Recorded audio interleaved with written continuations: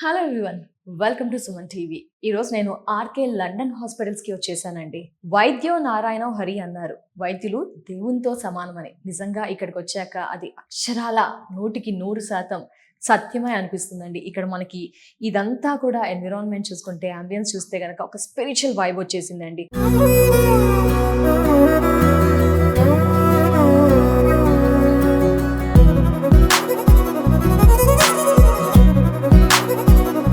హాస్పిటల్లో spiritual vibe ఎందుకు అని మీరు ఆలోచించవచ్చు. బట్ ఇక్కడికి రాగానే పేషెంట్ వస్తారు కదండి, ఈ పాజిటివ్ వైబ్తో సగం రోగం ఇక్కడే తగ్గిపోతుందండి. అంత బ్యూటిఫుల్ అంబియన్స్ మాత్రం మనం ఇక్కడ చూడవచ్చు అండి. సరే, అంబియన్స్తో మనకేంటి పని అని మీరు అనుకోవచ్చు. బట్ ఇక్కడ డాక్టర్ గారు కానీ తన కష్టం, తను చదివిన విధానం అండ్ ఇక్కడ ట్రీట్మెంట్స్, అది మనకు కదా కావాల్సింది. ఈ ట్రీట్మెంట్ విధానం అంతా కూడా చాలా చాలా బాగుంటుందండి. మెయిన్ ఇక్కడ మనకి డాక్టర్ విషయానికి ఎక్కువ చెప్పుకోవాలి అండి. ఎందుకంటే డాక్టర్ గారి సేవ చూస్తే గనక 20 years లండన్లో ఉండి వచ్చి ఇక్కడికి వచ్చి సేవ చేస్తున్నారు అంటే ఏం ఆలోచించి ఇక్కడికి వచ్చారు, అసలు ఏమనుకోని ఇక్కడ హాస్పిటల్ని స్టార్ట్ చేశారు, అసలు వీరి ప్రయాణం ఎలా యూకే దాకా వెళ్ళింది, యూకే నుంచి ఎందుకు ఇండియాకి వచ్చారు, ఈ వివరణ అంతా కూడా. సరే, ఇదంతా ఓకే, ప్రజలకేంటి దీని ద్వారా అని మీరు ఆలోచిస్తూ ఉంటారు, నాకు తెలుసండి. బట్ ఆర్కే లండన్ హాస్పిటల్లో మనకి ట్రీట్మెంట్ కానీ అండ్ మిగతా అంబియన్స్ చూసుకున్నా కానీ, రోగం విషయంలో అలాగే పేషెంట్ విషయంలో డాక్టర్ ట్రీట్ చేసే విధానం ఎవ్రీథింగ్ ఈజ్ పర్ఫెక్ట్గా ఉంటుంది. రోగం ఇట్టే నయమైపోతుంది. అదే విధంగా అంత అద్భుతంగా ట్రీట్మెంట్ ఉంటుందండి. సో లోపలైతే సార్ ఉన్నారండి, డాక్టర్ రామకృష్ణారావు బొడ్డు, గ్యాస్ట్రో ఎంట్రాలజిస్ట్. మరి సార్ తో మాట్లాడదాం, ఏంటి తెలుసుకుందాం, వచ్చేయండి. సార్ నమస్తే. సార్ నమస్తే అండి. సార్ ఏంటి sir RK hospitals, London hospitals ఏంటి సార్? అంబియన్స్ అయితే చాలా చాలా బాగుంది సార్. అంటే ఒక హాస్పిటల్కి వచ్చిన ఫీల్ లేదు సార్. నా రోగం నయమైపోతుంది, మంచి పాజిటివ్ వైబ్ వచ్చింది. మిమ్మల్ని చూసాక కూడా చాలా కూల్గా ప్లెజెంట్గా అనిపిస్తుంది. మాకు ఇలాంటి డాక్టరే కావాలని మేము అనుకుంటున్నాం సార్. ఏంటి సార్ అసలు? నేను ఉస్మానియా మెడికల్ కాలేజీలో అండర్ గ్రాడ్యుయేషన్ అయిపోయిన తర్వాత యూకేకి వెళ్ళండి. అక్కడ 20 years వర్క్ చేసాం. Length and breadth of the country and able to work in the best of the best in UK. చేసిన తర్వాత కేమ్ బ్యాక్, మన వాళ్ళకి ఇవ్వాలి, మదర్ ల్యాండ్కి సర్వీస్ చేయాలి అనే ఉద్దేశంతో వచ్చాం. అక్కడ ఐ లెర్న్ లాట్, అందుకే లండన్ అని పెట్టాను అనమాట. లండన్ అంటే అక్కడ మనకి respect in the country learn చేసింది దానికన్నట్లు. అన్నారా సార్ భారతదేశానికి, ఇండియాకి వచ్చి లండన్ అని? దాని తర్వాత అంటే కోలోరెక్టల్ సర్జరీ అనేది మనకి ఇండియాలో లేదండి. అంటే గ్యాస్ట్రో సర్జన్స్, ఆంకో సర్జన్ డిఫరెంట్గా ఉంటుంది. ఏంటి సార్ ఈ కోలోరెక్టల్ అంటే?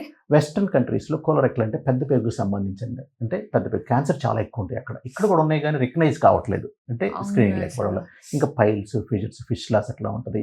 డైవర్టికులర్ డిసీజ్ అంటారు, పక్క కింద లార్జ్ బాల్ అంటారు, అది చాలా కామన్గా ఇప్పుడు ఎక్కువైపోతూ ఉంది. ఇన్ఫ్లమేటరీ బౌల్ డిసీజ్ అంటే క్రాన్స్, అల్సరేటివ్ కోలైటిస్ ఇప్పుడు కూడా ఇంక్రీజ్ అయిపోతుంది. అంటే మేము మెడిసిన్లో ఉన్నప్పుడు అలాంటివి ఉండేవి కాదు ఇక్కడ అసలు. ఇప్పుడు మొత్తం కూడా చేంజింగ్ హెల్త్ అండ్ మనకి సోషల్ డైనమిక్స్ మొత్తం చేంజ్ అయ్యేసరికి వెస్ట్రన్ కంట్రీస్లో ఏవైతే ఉన్నాయి ఇక్కడ వస్తూ ఉన్నాయి. సో ఈ స్పెసిఫిక్గా ఉండేది దాంతో పాటు మరలా స్టమక్ సంబంధించి గ్యాస్ట్రైటిస్, రిఫ్లెక్స్, హైటిస్ హర్నియాలు వీటికి కంటిన్యూస్గా పాపం చాలా సఫర్ అవుతూ ఉన్నారు. ఇంకా పైల్, వీటితో పాటు మనకి హెమరాయిడ్స్, ఇందాక చెప్పుకున్నాం, హెమరాయిడ్స్, పైల్స్, ఫిషర్స్, మరలా ఇంకా హర్నియాస్, గాల్ బ్లాడర్స్, పేగు మడతపడ్డం అంటారు అట్లాను. సో ఇవి పెద్ద పేగుకు సంబంధించి క్యాన్సర్స్ ఏమన్నా ఉన్నా కూడా, బెనైన్ డిసీస్, ఇలా ఎనీథింగ్, కాంప్లెక్స్ ఫిష్ లాస్. అంటే ఎనీబడి మీకు వేరే చోట ఎక్కడికి వెళ్ళి ఉండొచ్చండి, ఎక్కడైనా కూడా మీకు ఏమన్నా ట్రీట్మెంట్ సరిగ్గా అనిపించలేదు లేదా not been able to get correct treatment అనిపించినప్పుడు you come here and I will tell you the whole honestly, quality హానెస్ట్గా ఏదైతే కరెక్ట్ అది చెప్తా ఉంటాను. మీకు అన్నెసరీ ట్రీట్మెంట్స్, ఇన్వెస్టిగేషన్స్ ఏమి ఉండవు, ఫ్యాక్ట్ చెప్తా ఉంటాను. అది నెంబర్ 1. అంటే ఒక్కసారి చిన్న డౌట్ సార్, పేగుకు సంబంధించి, పేగు క్యాన్సర్స్ కి సంబంధించి మనకి ఫైల్స్, ఫిషర్, ఫిస్తుల్లా, గ్యాస్ట్రిక్ సమస్యలు అన్నింటికి కూడా ఆర్కే లండన్ హాస్పిటల్లో ట్రీట్మెంట్స్ ఉంటాయి సార్, సర్జరీస్ ఉంటాయి అన్ని ఎవ్రీథింగ్ ఈస్ కూడా. ఇది మినిమల్ ఇన్వేజివ్ సర్జరీ అని ఉందండి. అంటే చిన్న కట్స్ తోటి పెద్ద ఆపరేషన్ చేయడం ఎలాగన్నట్లు. సో సింగిల్ పోర్ట్ సర్జరీ అని, రోబోటిక్ సర్జరీ, ఇవన్నీ కూడా యూకేలో లైక్ ఓన్లీ 1 or 2 సెంటర్స్లోనే యూకేలో ఉండాలి, వాళ్ళతో నేర్చుకున్నాము. సో పేషెంట్కి అవుట్కమ్ బాగుండాలి. అంటే చిన్న కట్ చేసినప్పుడు వాళ్ళు డ్యామేజ్ తక్కువ ఉంటుంది, ఆబ్వియస్గా వాళ్ళ అవుట్కమ్ బాగుంటుంది. అది మనం చేసాం, దాన్ని మినిమల్ ఇన్వేజివ్ సర్జరీ అంటారు. అవన్నీ కూడా దాంట్లోకి వచ్చేస్తాం. ఎక్విప్మెంట్స్ అన్ని కూడా రెడీగా ఉన్నాయా సార్? అన్నీ ఉంటాయండి. సో ఇంకోటి స్పెసిఫిక్గా నాకు కావాల్సిన సూచర్స్ కానీ, ఇన్స్ట్రుమెంట్స్ కానీ నేను కొనుక్కున్నాను, చాలా మంది యూకే నుంచి తెచ్చుకున్నాను. సో పేషెంట్స్కి వచ్చేసరికి ఎక్కడికైనా వెళ్తున్నా నేను తీసుకెళ్ళిపోతున్నాను. అంటే ఇక్కడ లోకల్ ఆడితే నాకు క్వాలిటీ బాగలేదు అనిపిస్తుంది. I don't want compromise at the quality. So ప్రతిదానికి కూడా అక్కడ యూకే వాళ్ళకు నేర్చుకునేది వాళ్ళు ప్రతిదీ కూడా ప్రతిదానికి వాట్ ఈస్ ద బెస్ట్ అని చూస్తారు. ఈవెన్ డ్రెస్సింగ్కి వెళ్ళేటప్పుడు కూడా వాళ్ళు మార్నింగ్ బ్రేక్ఫాస్ట్కి ఏం తీసుకోవాలి, ఫంక్షన్కి వెళ్తే ఎలా వేసుకోవాలి, ఈవెన్ షాపింగ్కి వెళ్తే ఎలా ఉన్నది అట్లా ఉంటుంది. సో మనకు కూడా ఏదంటే అది ఏదో ఒకటి చేసేది అంతే కాకుండా ప్రతి స్పెసిఫిక్ ప్రాబ్లమ్కి స్పెసిఫిక్ సర్జరీకి ఇది బెస్ట్ ఎక్విప్మెంట్, బెస్ట్ మెటీరియల్ అనుకునే అవి యూజ్ చేస్తాను అనమాట. సో దానివల్ల అవుట్కమ్ బాగుంటుంది. సార్ ట్రీట్మెంట్స్ మరి ఇంత లేటెస్ట్ అని చెప్తున్నారు, ఎక్స్పెన్సివా సార్? చాలా మంది డిఫరెంట్ పర్సన్స్ ఉంటారు. ఎలా మిమ్మల్ని అప్రోచ్ అవ్వాలి, ఎవరు అప్రోచ్ అవ్వచ్చు అంటారు? గ్యాస్ట్రో ఇంటెస్టైన్ సంబంధించి ఎలాంటి వాళ్ళైనా రావచ్చండి. సో మనం లయేజన్ విత్ డిఫరెంట్ స్పెషలిస్టులు అంటే మెడికల్ గ్యాస్ట్రోఎంట్రాలజిస్టులు, general medicine doctors, other specialities కూడా మన దగ్గరికి వస్తారనమాట. అందరూ కూడా అట్లీస్ట్ 10+ years ఆఫ్ ఎక్స్పీరియన్స్, ఇప్పుడు వాళ్ళైతే 20+ years ఆఫ్ ఎక్స్పీరియన్స్. అంటే ఇక్కడ చెప్పేదే ఫైనల్, ఇంకా నెక్స్ట్ ఇంకోటి ఉండకూడదు అని ట్రై చేస్తాను. చెప్పేది ఆర్కే లండన్ హాస్పిటల్స్ లో చెప్పేది ఫైనల్. ఎనీ కార్పొరేట్ హాస్పిటల్ చాలా మంది నాకు ఫీడ్ వస్తూ ఉంటారు అనమాట. ఆల్రెడీ అక్కడికి వెళ్ళేసి అన్ని చోట్ల తిరిగాము. అంటే హైదరాబాద్ లో బెస్ట్ ఆఫ్ హైదరాబాద్కి వెళ్ళి వచ్చిన తర్వాత ఎవరో చెప్పారు, నాకు వచ్చే వాళ్ళందరూ కూడా వర్డ్ ఆఫ్ మౌత్ రిఫరెన్స్ అండి. మా ఫ్రెండ్స్ లేకపోతే డాక్టర్స్ అంతకుముందు వచ్చిన వాళ్ళు, ఈ డాక్టర్ డిఫరెంట్, మీరు వెళ్ళండి అని వచ్చిన వాళ్ళకి. అట్లా వచ్చిన వాళ్ళకి నాకు తెలిసిన వరకు అంటే ఇంకోటి కొలాబరేషన్, నేను యూకేలో ఉన్నప్పుడు మాకు 120 సీనియర్ సర్జన్స్ మొత్తం గ్రూప్ ఉంటుంది, బ్రిక్స్ గ్రూప్ అని. ఎనీ మేజర్ ప్రాబ్లం ఉందనుకోండి, నేను వాళ్ళతోటి కొలాబరేట్ అవుతాను. ఇది వచ్చిందండి ఎలా చేయొచ్చు అంటే నాకు తెలిసింది ఎందుకంటే పర్లేదు, ఇది కొంచెం డౌట్ఫుల్ ఉంది, వాళ్ళతో కొలాబరేట్ అవుతాం. దాని టీమ్ అప్రోచ్ అంటారు. అంటే you want get the best outcome for anybody. మనకి తెలిసి కామన్ గా ఉంటాయి, డిఫికల్ట్ వీళ్ళు అన్ని చోట్ల తిరిగి వచ్చారంటే అన్ని అయిపోయినాయి వాళ్ళకన్నట్టు. ఏంటి సార్ ఎన్ని ఇయర్స్ ఎక్స్పీరియన్స్ ఏంటి అవన్నీ కూడా ఏంటి సార్ మీది ఒకసారి ఇదంతా కూడా ఏంటి సార్? కోలరెక్టల్ సర్జరీలు చేసామండి. అక్కడ royal stroke university hospital, one of the best hospital, 1200 beds hospital అనమాట. అక్కడ ఓన్లీ సర్జికల్ గ్యాస్ట్రోఇంటెస్టైనల్ సర్జరీలోనే కన్సల్టెంట్స్ ఉంటారు, సీనియర్ పీపుల్, వాళ్ళే 40 మంది ఉండేవాళ్ళు. So you have the opportunity, ప్రతి ఒక్కరికి నేర్చుకుంటామండి. అంటే ఒక డాక్టర్ క్రియేట్ అవుతున్నాడు అనుకుంటే ఏదో వాళ్ళ సొంతం కాదు. నాలో ఇప్పుడు ఆల్మోస్ట్ కనీసం 100 మంది డాక్టర్లు ఆర్ ఫ్యామిలీ మెంబర్స్ అంతా ఇన్వాల్వ్ అయ్యి I created like this. So ప్రతి ఒక్కరి నుంచి ఏది బెస్ట్, ఏది అప్రాప్రియేట్ అవి నేర్చుకుంటా ఉన్నాం అనమాట. అది క్యుములేటివ్ ఎఫెక్ట్ అనమాట. ఇంకా వాళ్ళతో కొలాబరేట్ అవుతూ ఉంటాం. ఇంకా నెక్స్ట్ ఏమన్నా ఉంటే ఇది ప్రాబ్లం ఉంది ఎలా డిస్కస్ చేద్దాము. ఇక్కడ ఏంటంటే ఈగోకి ఏమి ఉండదండి, నా ఎయిమ్ బెస్ట్ ఏంటి, నేను సీనియర్, ఎన్ని ఇయర్స్ ఎక్స్పీరియన్స్ అలా అదే ఉండదు. జస్ట్ ఎగ్జాంపుల్ నేను ఆపరేషన్ చేస్తా ఉన్నాను, కొంచెం బ్లీడింగ్ వస్తూ ఉన్నది, అది రేర్ ఆఫ్ ద రేరెస్ట్ కాజులో బ్లీడింగ్ అయింది అనమాట. అట్లా ఏరియాలో హర్నియా ఆపరేషన్ చేస్తున్నాం, సింపుల్ గా స్ట్రైట్ ఫార్వర్డ్ అనుకున్నాం, సడన్ గా బ్లీడింగ్ వచ్చేసింది. పక్కనే ఫ్రెండ్ ఉన్నాడు, ప్లీజ్ కమ్ అని చెప్పాను. దానికి ఏముందని స్టాప్ చేసాం. So 4 eyes better than 2 eyes అంటారు కదా, షేరింగ్ ఈజ్ కేరింగ్ అన్నట్లు. ఇవన్నీ కూడా ప్రిన్సిపల్స్ ఓన్లీ యూకేలో నేర్చుకున్నమాట.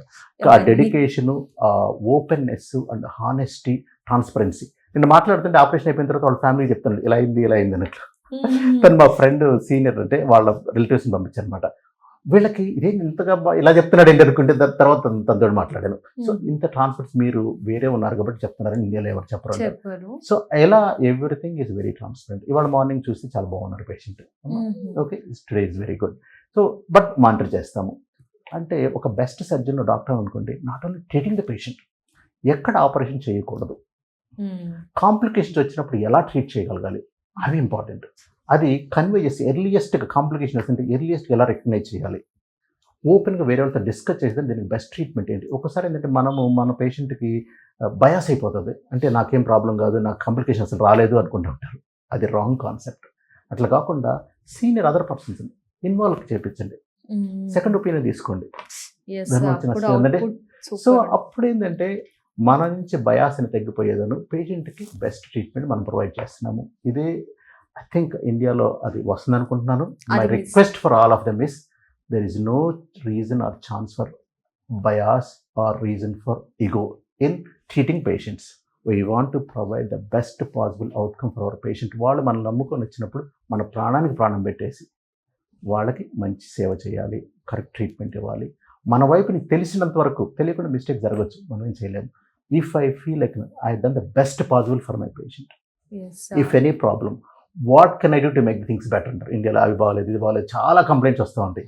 వాటిలో మనం ఏం చేసాం, అది వన్ ఆఫ్ ద రీజన్. ఇండియాలో ఇక్కడ హెల్త్ కేర్ బాగాలేదు, కంప్లైంట్స్ ఉంటాయి. I came here, I'm facing all the problems, challenges, but this is what I want to do. చాలా మంది మా బ్యాచ్ 200 members లో 120 members out side the country ఉన్నారు.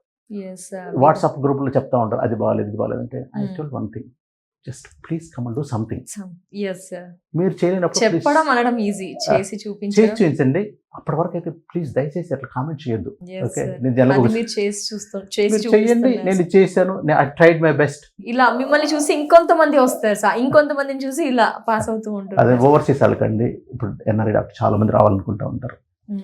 I just want to tell them honestly, it is not easy. Especially 20 years work చేస్తుంటే చాలా చాలా difficult. మనం అనుకున్నప్పుడు ఆల్మోస్ట్ ఒక జనరేషన్ మారిపోయింది.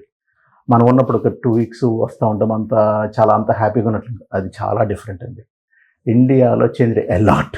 We have to learn those things. But మీకు డెడికేషన్ వేసి I want to make changes to the society which is broken or which may not be appropriate అనుకున్నప్పుడు you come and do that. అలాంటప్పుడు మీ satisfaction immense.